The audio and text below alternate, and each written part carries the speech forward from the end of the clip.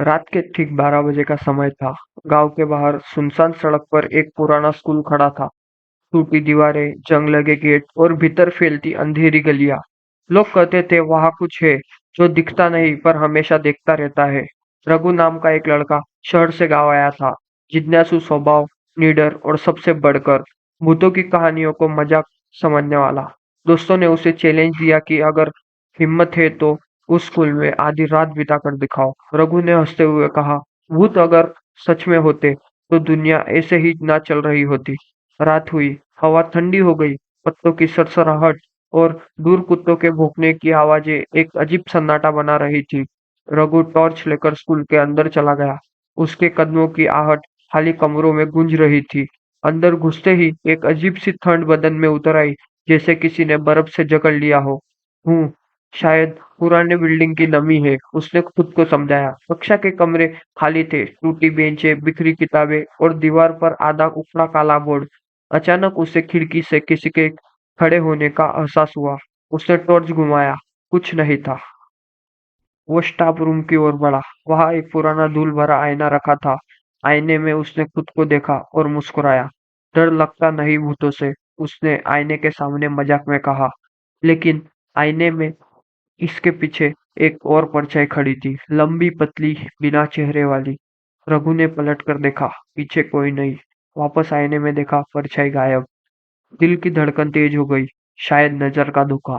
तभी ऊपर वाली मंजिल से किसी के भागने की आवाज आई, धम धम धम। अब वो घबराया, पर जिज्ञासा ज्यादा थी। उसने हिम्मत जुटाई और ऊपर चढ़ गया। ऊपर पहुंचते ही सीढ़ियां अपने आप बंद हो गई, जैसे किसी ने धक्का दिया हो। अब वापस लौटने का रास्ता नहीं था।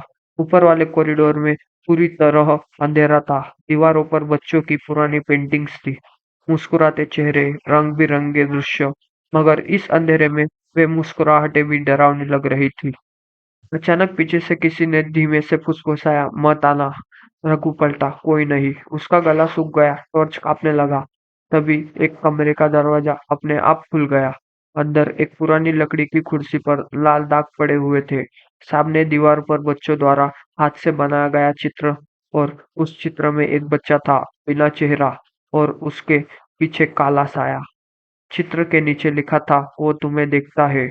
अचानक कमरे में बैठी कुर्सी अपने आप ही हिलने लगी, जैसे कोई अदृश्य आदमी बैठा हो।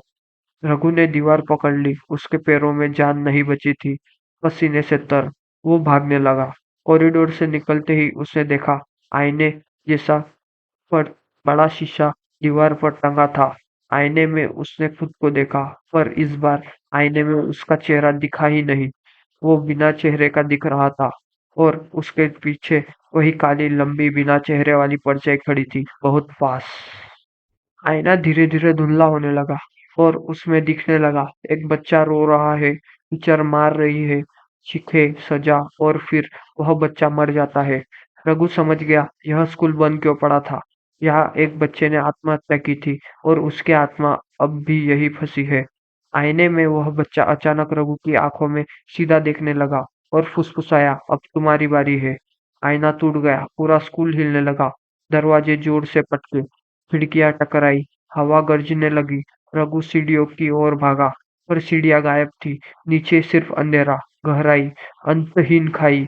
उसने पीछे देखा, वही काली आकृति अब असली दुनिया में आ चुकी है। धीरे धीरे चलते हुए करीब आ रही थी। उसके कदमों की आवाज, टक टक टक। राहुल ने चिल्लाया, मुझे जान। काली आकृति उसके बिल्कुल सामने आकर रुक गई, और पहली बार उसका चेहरा बना, और वो चेहरा रघु का ही था।